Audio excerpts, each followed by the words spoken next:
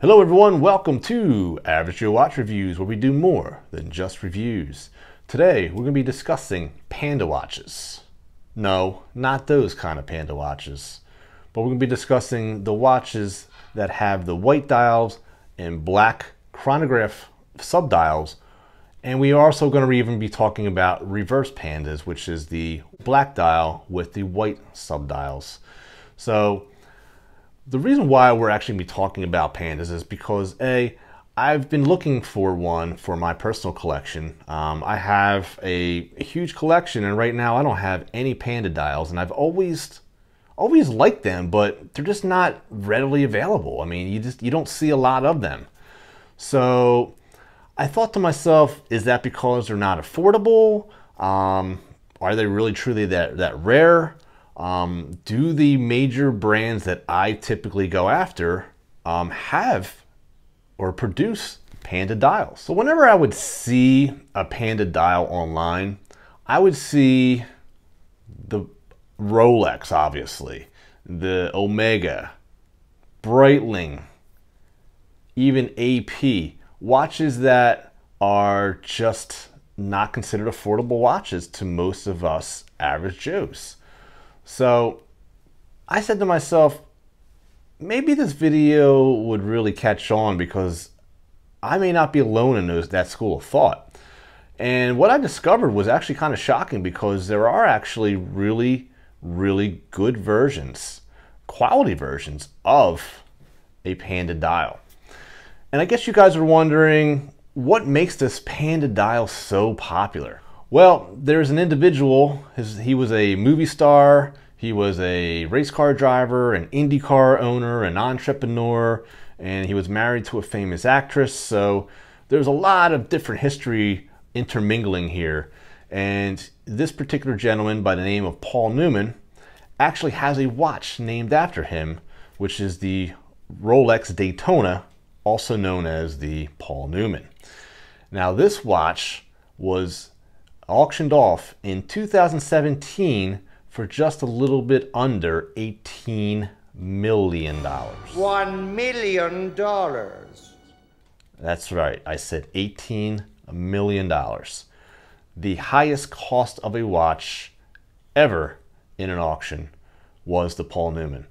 So that right there, I think, gives you guys an idea as to what makes the Panda so popular to this day. It's a very iconic watch, and it's a watch that definitely has been copied, but the watches that we're going to go over today are not going to be direct copies, because I'm not a big fan of replica watches, and I'm also, I'm on the fence about homage. And I think these watches I'm going to present to you today don't even meet the homage terminology, because each one of these watches have their own layout, their own flair, and their own style, and they do enough to make it their own.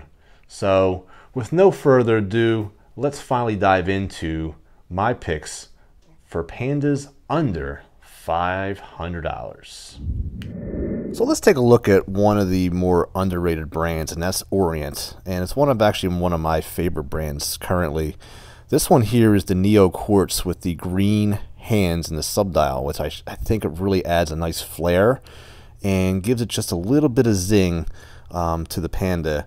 And then you can also get the Solar version, which is the more expensive version, but this is also your more traditional Panda dial. When we look at the dimensions, they're both 42 millimeters in diameter with a 22 millimeter lug width. Between the two watches, you can get them between 140 to 250 on Amazon. And I threw this one in here as a extra bonus because this one kind of stretches the Panda look, but I really found it interesting. Next up, we have the Seiko Solar. This one is the SSC 446 model. It's 44 millimeters in diameter, 13 millimeter in case thickness, with a 20 millimeter lug width, and it actually is 330 feet water resistant. Here's another Seiko Panda. This is the Seiko SND A91, 40 millimeters in case diameter, 10 millimeters case thickness with 100 meters of water resistance, and a sapphire crystal.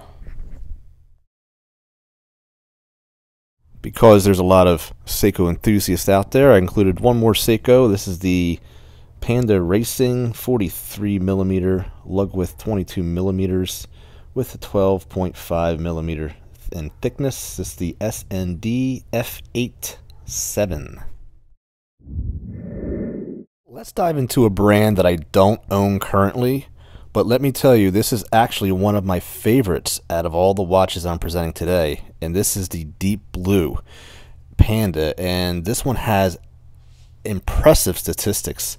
1,000 feet of water resistance, 44 millimeter dial, sapphire crystal, Miyota Citizen movement, and all this for under $200. This one, guys, you might be seeing on the channel real soon. Here's another brand that I don't own but would highly consider based off of what I've seen on Instagram and what I've heard from other owners, and this is the Seagull 1963 Pilot Reissue, 42 millimeter case diameter with 14 millimeter case thickness, mineral crystal front and back with an automatic Seagull movement.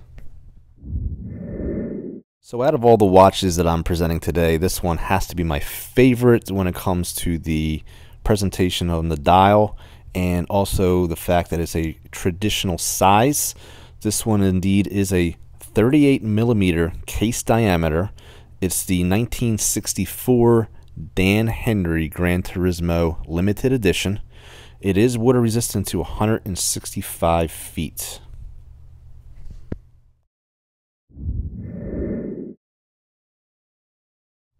So back to a brand that I own. Here's a few examples of Citizen Pandas that you can get for under $500. And I'm going to provide links below in the description so that you can click on them and check them out for yourselves.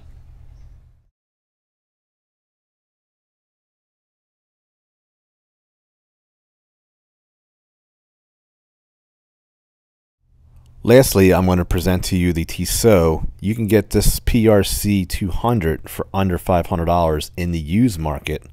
This one here would be considered a reverse Panda.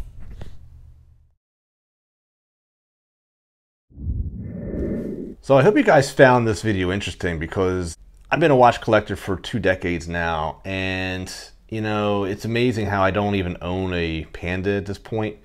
And I think it's because there really isn't a lot available. So I hope this shines some light for you guys out there wanting a Panda dial or even a reverse Panda, but don't want to spend big money for it. I gave you guys a lot of affordable options, even under the $200 range. So I hope a couple of them actually you guys would be able to maybe pick up. I think it's just really, it's a couple of really great bargains. I want to thank you guys so much for joining me today, and always remember that there's always time to be kind to one another.